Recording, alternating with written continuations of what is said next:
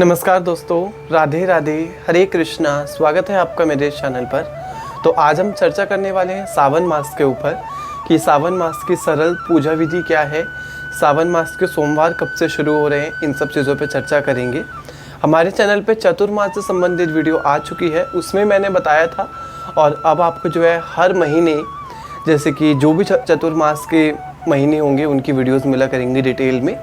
तो चलिए हम सबसे पहले सावन मास की चर्चा शुरू करते हैं। तो जी, चतुर्मास का पहला महीना ही श्रावण का मास होता है। श्रावण मास को सावन मास भी बोला जाता है, जो कि इस साल शुरू हो रहा है 22 जुलाई 2024 से लेकर के 19 अगस्त 2024 तक है। आपको बता ही दिया है मैंने कि श्रावण मास चतुर्मास का पहला महीना होता है। और सावन मास जो है भगवान शंकर, माता पार्वती को समर्पित होता है। तो इसमें बड़े विधि विधान के साथ भोले शंकर की आराधना करी जाती है। और भोले शंकर तो इतने भोले हैं कि अगर आप इनको एक श्रद्धा से एक लोटा जल भी अर्पित कर देते हैं तो वो उससे भी प्रसन्न हो जाते हैं, परंतु भावों का होना अति आवश्यक है। मैं ये नहीं कह रहा कि आप पूरे विधि विधान से करें। विधि विधान, मेरा कहने का तात्पर्य ये था कि पूरे भावों से करें। पूर्ण भावों से अगर आप एक लोटा जल भी समर्पित करते हैं तो वो भी मेरे भोले को समर्पित है। तो वही, जैसा कि हर बार की तरह मैंने जानकारी सारी डायरी में लिख रखी है, तो हम सारी अब जो जानकारी शुरू करते हैं। इस बार जो है सबसे बड़ा संयोग बन रहा है, सावन मास सोमवार को ही शुरू हो रहा है और सोमवार को ही ख़त्म हो रहा है। तो एक बहुत बड़ी बात, अपने आप में एक बहुत बड़ी बात है कि सोमवार से शुरू होकर के सोमवार को ही ख़त्म हो रहा है। और इस बार जो है सावन के सोमवार वो 5 होंगे, यानी कि सावन में 5 सोमवार आएंगे। पहला सोमवार होगा 22 जुलाई को, दूसरा सोमवार होगा 29 जुलाई को, तीसरा सोमवार होगा 5 अगस्त को, और चौथा सोमवार होगा 12 अगस्त को, और 5वां सोमवार होगा 19 अगस्त को। तो ये 5 सोमवार होंगे। इसमें जो है आपको आपकी पूजा अर्चना करनी है। ठीक है जी। तो अब एक बार हम बात कर लेते हैं व्रत के ऊपर कि व्रत कैसे करना है। तो जी देखिए, बहुत सारे लोग पूरे सावन मास का व्रत करते हैं। जैसे कि मेरे एक रिलेटिव हैं, ताई जी हैं, वो पूरे सावन मास का एक समय भोजन का नियम लेती हैं। तो वैसे भी आप कर सकते हैं अगर आपका शरीर अलाउड करता है तो। अगर वो नहीं करना तो सावन के सोमवार 5 सोमवार पड़ रहे हैं, आप 5 सोमवार को सोमवार का व्रत रख सकते हैं। और व्रत आप अपनी शारीरिक कैपेसिटी के अनुसार ही लें। ऐसा नहीं है कि अगर मीठे व्रत का विख्यान है तो आप मीठा ले रहे हैं लेकिन आपकी तबीयत खराब हो रही है, तो that is not allowed in our shastra. ठीक है जी। तो आप नमक वाला भोजन भी ले सकते हैं, परंतु एक समय भोजन लेना है आपको शाम की आरती के बाद। और सावन के सोमवार के व्रत में अनाज खाया जाता है। ठीक है। लेकिन जो सावन के सोमवार, मतलब जो सावन के महीने में शिवरात्रि आती है, श्रावण शिवरात्रि आती है, उस दिन आपको जो है फलाहार करना होता है, क्योंकि शिवरात्रि पे फलाहारी करा जाता है। तो ये भी मैं, और उसकी वीडियो आपको मिल जाएगी आगे समय के अनुसार, श्रावण शिवरात्रि की आपको पूजा कैसे करनी है, किस तरह से हर चीज़ों को मैनेज करना है। ठीक है जी। अब ये तो मैंने आपको, अब बात कर लेते हैं हम व्रत की। मैंने आपको जानकारी दे दी है। बात करते हैं कि पूजा विधि क्या होगी। तो आपको सावन के सोमवार वाले दिन, पहले सोमवार के दिन जल्दी उठना है। जल्दी तो आप उठ ही रहे होंगे, जिसने चतुर्मास के नियम लिए होंगे वो तो सूर्योदय से पहले उठे ही होंगे। तो उन्हें स्नान करके जो भी दिनचर्या होती है, यानी कि तुलसी पूजा, सूर्य पूजा, ठाकुर जी की सेवा, वो करनी है। और भगवान शंकर को उस दिन आपको पंचामृत से अभिषेक करना है, यानी कि दूध, दही, घी, शहद और शक्कर, और फिर गंगा जल से अभिषेक करना है। और इसके बाद इनको साफ जल से स्नान कर, मतलब एक तरह से पोंछ कर भगवान शंकर को चंदन समर्पित करना है। और एक बात हमेशा याद रखें कि पूरे शिवलिंग में ही शिव जी का परिवार सम्मिलित होता है, यानी कि जो राइट वाली साइड होती है वो गणेश जी को अर्पित होती है, लेफ्ट वाली साइड कार्तिक जी को अर्पित होती है, बीच में उनकी पुत्री अशोक सुंदरी का स्थान होता है, और जिस पर शिवलिंग रखा होता है वो पार्वती जी का स्थान होता है, और जो प्रॉपर शिवलिंग होता है वो हमारे भोले बाबा होते हैं। तो आपको कोई अलग से कुछ लाने की ज़रूरत नहीं है। पूरे शिव परिवार शिवलिंग का दिन सम्मिलित है। ये तो मैं जानकारी दे रहा हूँ, शिव पुराण से मुझे मिली है, जो मैं आपको दे रहा हूँ। ठीक है जी। सो जब भी आप जल समर्पित करें तो सबसे पहले राइट साइड पे करें, फिर लेफ़्ट साइड पे, फिर बीच में, फिर पूरे जो उसका गोल चक्कर है एंटी क्लॉकवाइज वहाँ पे करें।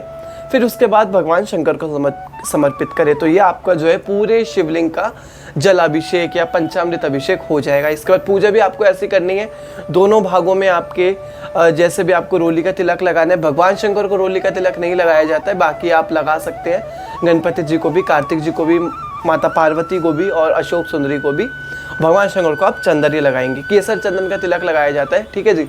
तो आप वो उनके लगाएंगे। उसके बाद भगवान शंकर को जनेऊ अर्पित कर सकते हैं, मूली अर्पित करें, पुष्प चढ़ाएं, बेलपत्र अगर मिल जाए तो वो ज़रूर चढ़ाएं, भांग के पत्ते, धतूरा, ये सारी चीज़ें जो है सावन के सोमवार से एक दिन पहले मार्केट में आ ही जाती है। अगर मिल जाए तो बहुत अच्छी बात है, नहीं मिले तो भी कोई बात नहीं। मेरे साथ भी बहुत बार कभी कभी हो जाता है कि मेरे को नहीं मिलता, तो मेरे को जो मिल जाता है वो चढ़ा देता हूँ, क्योंकि मेरा मेन फोकस मेरे भावों के ऊपर होता है, ना कि इन सारी सामग्री के ऊपर। तो मिल जाए तो अच्छी बात है, नहीं मिले तो भी बहुत अच्छी बात है, हमें फिर भावों से पूजा करनी है। ये आपको पता लग गया कि पूजा कर।